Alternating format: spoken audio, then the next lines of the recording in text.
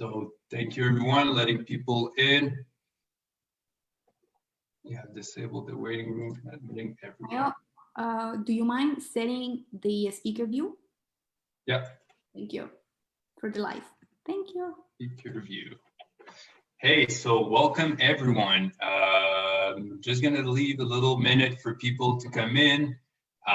Make yourself comfortable. Please use the chat, enjoy, turn on your cameras. We have the speaker view, so it will always be the person talking.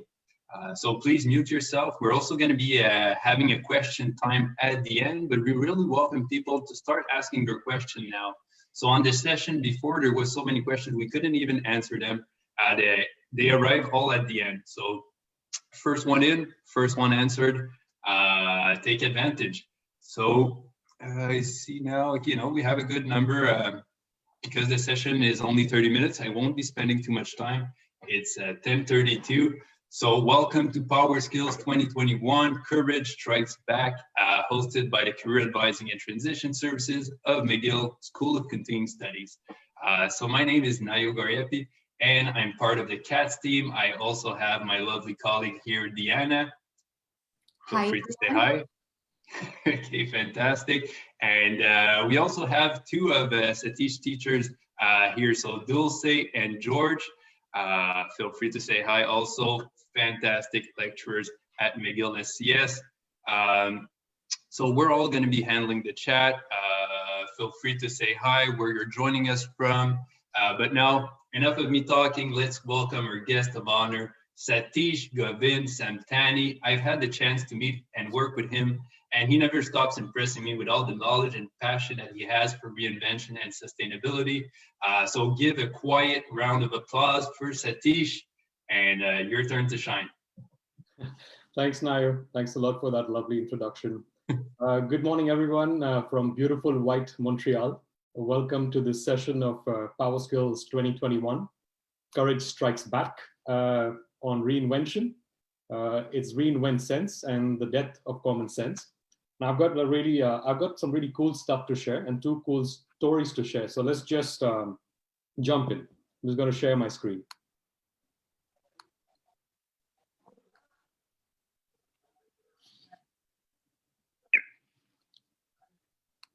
Now, what is reinvention? I love this definition of reinvention given by Dr. Nadia Jackson-Baya in a book, How to Thrive in Chaos. She describes reinvention as an immune system designed to ensure systematic health of individuals and organizations. Now, this is this resonates with the time we are in with the immune system. So if reinvention is the immune system, then Reinvent-SENSE is the vaccination with regular booster shots, building immunity against common sense accumulations. Now, why do we need regular booster shots of Reinvent-SENSE? 70% of all transformation efforts fail completely, McKinsey and Company. 75% of all transformation failed to deliver results, Boston Consultancy Group. 50% of all Fortune 500 companies will sink by 2030, longevity forecast.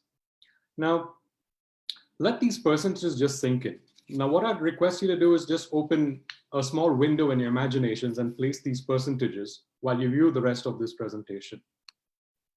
Now, there are going to be three deliverables for this workshop. The first, we're going to go to something called the TOTO Matrix, which is the Today, Tomorrow Matrix. And this basically checks to see if you're freely and effectively transforming or you're stuck in the quicksand of common sense. The next deliverable will be the 6-pillar Reinvention Framework, which tells you when and where to disrupt accumulated common sense and design a system that works on its own. And the last deliverable will be a Titanic Syndrome diagnostic, which checks to see if your company is Titanic positive or Titanic negative. Now, this is the common sense section of the presentation. We're going to see what common sense looks like. We're going to go through the whole story of the Titanic, and we're going to gauge why transformations fail using the TOTO Matrix. Now, to me, common sense in every system across the world today is an accumulated result of a thought process, a requirement, a design solution, or a decision for a value relevant in that particular time. Now, these accumulations have been gathering and gathering over the number of years. And this is what exactly common sense accumulation piled on look year after year. It definitely, all the systems all over the world needs serious rewiring and reinvention. Now let's take a look at the Titanic. Now we're going to go over the story of the Titanic and make connections with our current reality. Now I think most of us are familiar with this tale, right? So let's basically have a whodunit poll of what really sank the Titanic. Was it the build quality of the ship? Was it the customer service? Was it the skill of the officers? Was it the ambitious leadership? All the above? Oops. I just or was it the damn iceberg?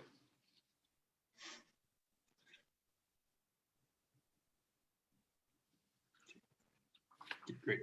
So people are starting to answer on the poll. I got 10, 50 people out of 35.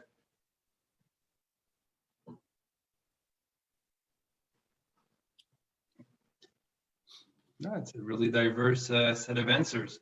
Wow. Cool. So got 9 people left. We're going to give it another 10, 15 seconds. 27. Okay, great. So I think we have a lot of answers. Do you want me to share the results? Yeah, cool. Yeah, great. Fantastic. Let me see if you see them. If not, I can read them to you. Yeah. Okay. Yeah. Okay, great. Share results. Yeah, you're absolutely right. The results are right with what it is. It's all the above. Now, let's take a look at this.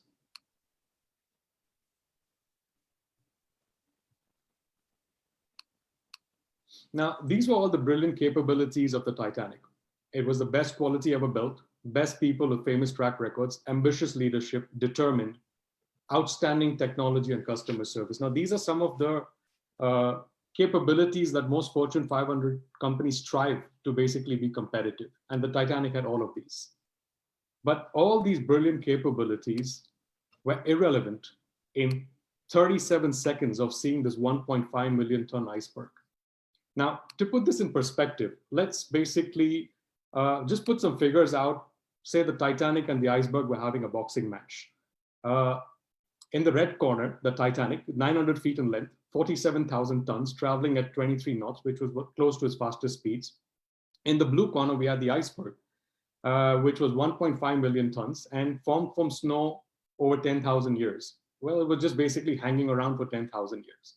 Now, if you just look at these figures, I'd like to travel back in time and ask the captain, what the hell was he smoking to put the ship through really fast, at its fastest speeds through iceberg-laden waters? Let's analyze these capabilities each separately. Now, the best quality ever built. Now, this was basically the base of all common sense decision-making of the Titanic, the belief that the ship was unsinkable. It was basically, they spent about $7.5 million to build the Titanic, which is about $400 million today. So this was the premise on which every sound judgment took place. This was their common sense. Now, in this best quality ever built, there's another sub-story. Like normally you have 2 lookouts who stay in a place called the Crow's Nest, and they're given a pair of binoculars and a bell, where they look ahead and they ring the bell if there's any impending danger like icebergs or any landmass. But these lookouts didn't have binoculars, and then that's a story for another time. Can you imagine a ship so grand with just no binoculars to look out? That's common sense. Now moving on. Now they hired the best people. They had people with the best track records. I mean, just look at that picture on the side. There's not enough chest for the medals. They had first officer William McMaster Murdoch, who was famous for averting ship collisions. And he uses exact past experience while steering the Titanic in the 37 seconds he had. But we all know how the story worked out. Ambitious leadership. Now, Captain E.J. Smith pushed through the Titanic through Iceberg heavy motors because he wanted to arrive in New York a day earlier. And he wanted the headlines to be something like this: Titanic, fastest ship in the world, reaches New York a day earlier. But we know what the headlines read the next day: Titanic, fastest ship to sink in the world. Now, outstanding customer service is the next capability. Now, the Titanic did receive a lot of worrying messages, but it was not passed on to the captain. And why? Because the radio operators were very busy sending wireless messages to the first-class passengers about what wine to buy on their arrival, what food to prepare, and what curtains to hang up. All irrelevant messages. So all these capabilities basically work against the Titanic. So what's the verdict on this whole thing? The iceberg was innocent. So what really killed the Titanic? It was common sense that killed the Titanic. Now, let's basically take a look at this through our current reality. Most companies today are Titanics. Most companies' capabilities are working against them. And let's try and understand why transformation efforts fail. We're going to look at this through something called the TOTO Matrix, which is basically two pathways. You have one pathway about today, which is succeeding today and failing today. You have the second pathway, which is basically jeopardizing tomorrow and thriving tomorrow. Now, the cross-section of these two pathways leads to 4 different quadrants. You have the first quadrant, which is the Titanic Syndrome, the story which we just went through, where you only see disaster when it hits us. You have blind idealism, which is wishing for tomorrow while destroying today. You have firefighting, which is a short-term fix for long-term pain. And finally, you have the reinvention quadrant, which is where we all need to be, which is thriving tomorrow and succeeding today. This is where we all need to be. This is where all the companies need to be. Let's understand these quadrants a little bit more in detail. For the Titanic Syndrome, we've just gone through the story. You've seen what it is like. We can get a gist of what it is. Now, for blind idealism, just imagine this guy in the red tie pointing out at you and telling you you need to drink some bleach, and that's how we're going to end the pandemic. So that's what blind idealism. It's about very strong, unrealistic beliefs, disconnected from current realities, unwilling to learn, close-minded, very emotional bound decision-making, wishful thinking, and unable to heed signals.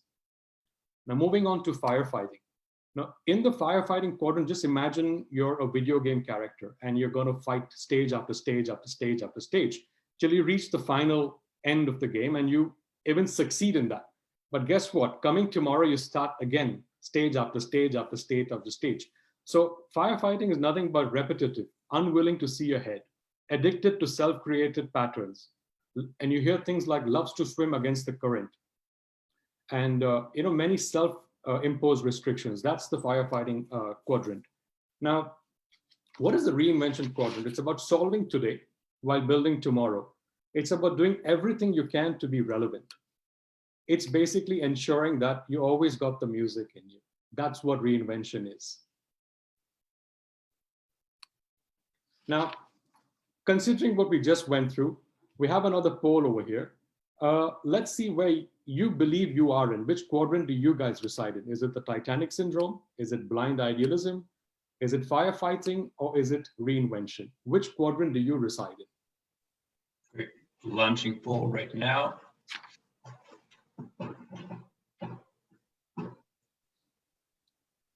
As I imagined.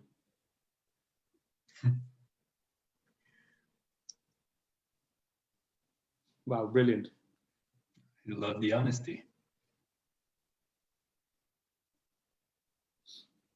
All right, brilliant. Reinvention. Many of them in the reinvention quadrant already. That's brilliant.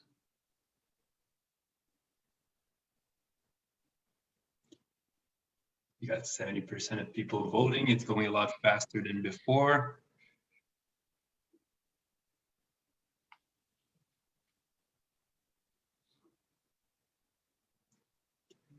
Another 5 seconds. Here, I will start sharing the results.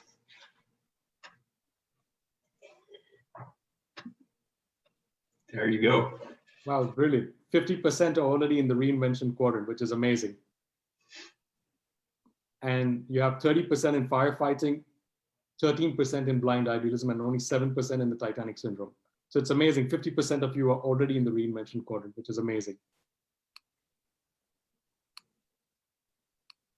Now, just to understand why transformation efforts fail for companies, to demonstrate why transformation efforts actually fail, let's imagine you're somebody with a terrible eating disorder. You eat all the junk food possible, and you go for a health checkup and a doctor tells you that you need to go on a serious diet or you're going to have some serious health problems. And now you're convinced in your head, you have a purpose and a vision that you need to reinvent. So your mind is in the reinvention quadrant, but your right hand is in the firefighting quadrant holding a big bucket of fried chicken. Your left hand is in the blind idealism quadrant and is holding a big bucket of ice cream. And your trousers are in the Titanic Syndrome, which is filled with chocolates and candy.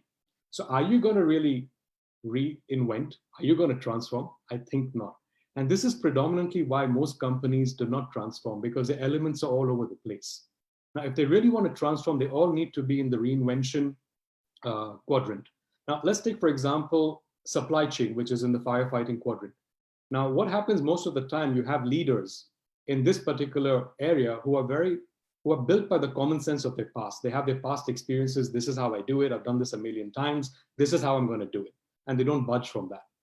Or they're basically so caught up with the day-to-day activities. You remember that video game example that we had. They're just going through stage after stage after stage and then repeat the whole thing all over again. So it's either of the two reasons why the elements are not in the reinvention quadrant. So the whole idea to reinvent is everybody and every element needs to be in that reinvention quadrant for the actual transformation to happen. Now, we'll move on to the next section of this presentation, which is ReinVent-SENSE. We're going to go through the 6-pillar reinvention framework.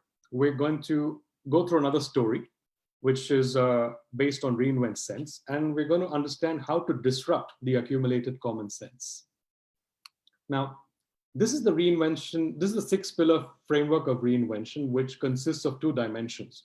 You have the logical dimension, which is anticipate, design, implement, and you have the magical dimension, which is culture, mindset, and system. Now, the anticipate, design, and implement are iterative. It is something that you have in your control, where you can basically make the change happen. And whatever you do in these, it directly influences or changes the magical dimension. That's why it's called the magical dimension. Now, to understand these a little better, I'm plotting them on an infinity path. And why is because change is infinite, chaos is infinite, and we're going to have more and more of it to understand this. Now, to put this, to explain these pillars, let's go through a story about a furniture manufacturer called Herman Miller. Now, Herman Miller in the 1990s, which is based out of Michigan in the US, they saw a whole lot of trucks filled with debris leaving their factories. And the executives started seeing this every day. And they got a little concerned. They started investigating this. They realized that every day there's truckloads of garbage going into landfills. And they anticipate if this continues, their heritage to their children is going to be landfills of debris, basically Mount Royals of garbage. That's what it's going to be. So they made this personal. They took upon themselves to make a goal of 0 landfill from factory. This was a goal that they set out in the 1990s. So what that did was, from anticipation, they moved to design. Before, they were designing with waste, mixing materials which could not be separated or recycled. And then after 20 years of constant tinkering, changing, they came up with a design with just 3 materials, which could be 93% recyclable, 86% separable in 30 seconds. That was a feat. Now, after design, they also looked at implementation. Now, they focused on everything they bought. They focused on every single thing done in operation. They focused on every single thing of what happens with every bit of materials through its life cycle.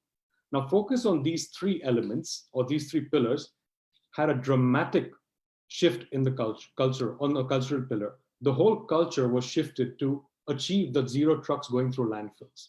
This was this unwavering focus on the environment. This was the new from culture. Now, from this culture, it led to reprogramming the whole mindset.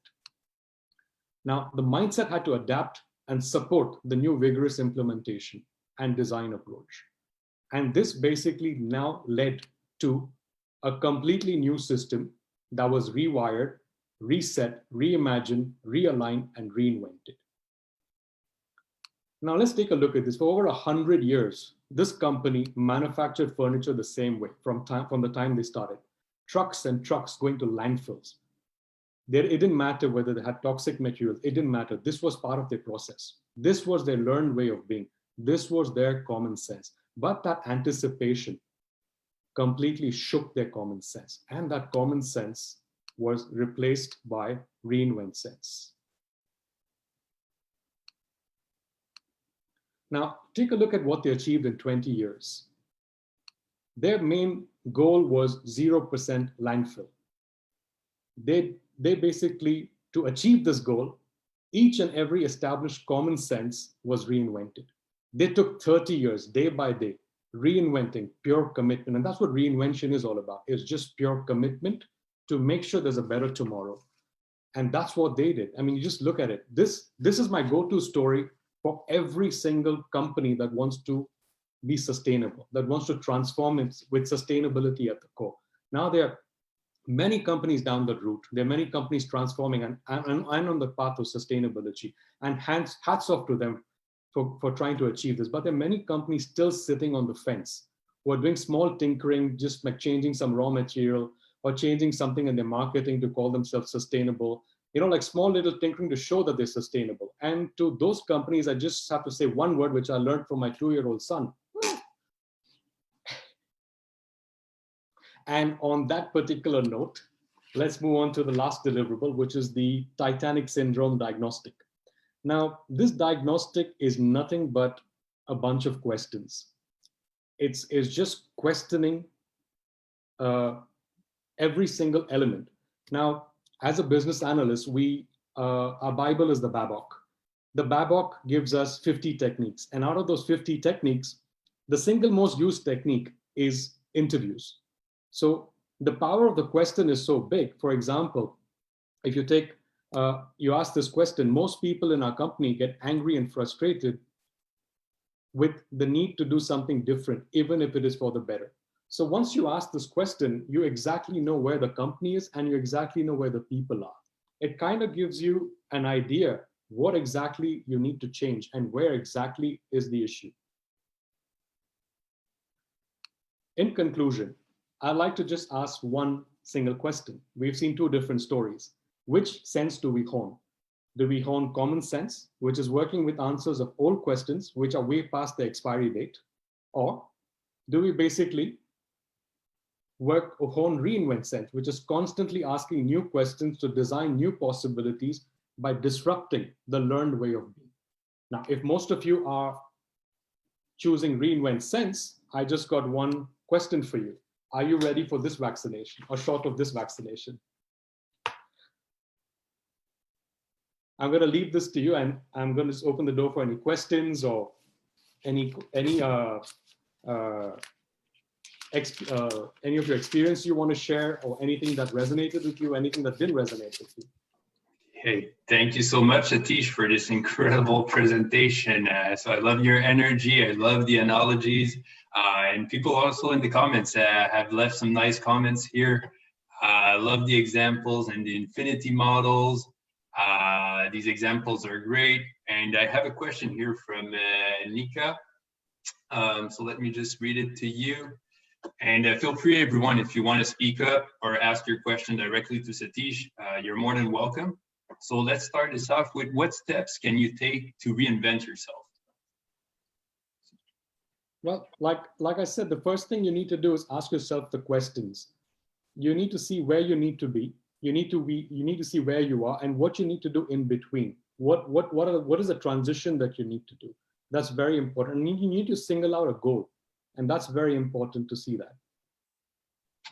Fantastic, great answer. And I know you've been talking a little bit about it all along. And if people want to know more and want to have a discussion with you, so I shared your LinkedIn profile. Is there any other way you want to be contacted, or that would be the main? They can send me an email or then just reach out to me on LinkedIn.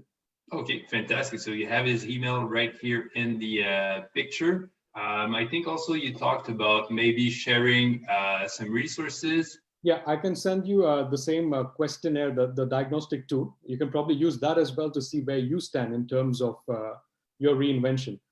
It's just simple questions. That's all it is. It's the power of the question. Okay. Well, it would have been good that you would be there before the Titanic was built. Would have saved a lot of people.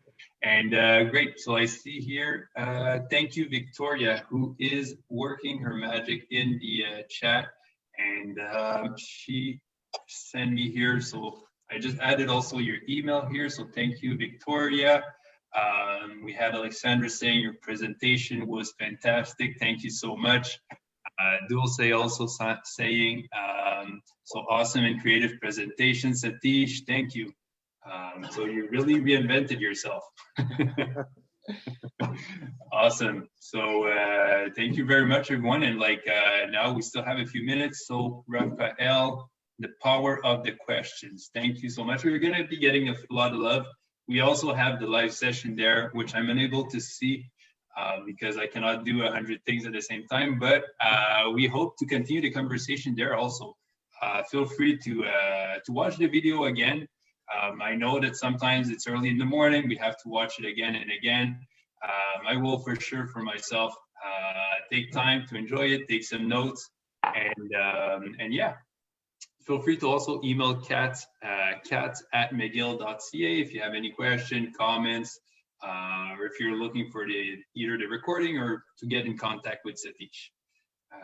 So fantastic. Thanks again, Victoria. Now I wanted to say, so up next, we have 2 sessions happening at the same time. Let me just confirm which one they are. So we have Marcos Carvalho and Sally Clapper, who are going to be talking up next. So Marcos is at 11 and Sally Clapper is at 11:30. I hope to see you guys there. And if you like the summit, if you like the presentation, we also have a donation part to try to help out the students and the career services of McGill School of Continuing Studies. So we really welcome you if you can. So, okay, thank you.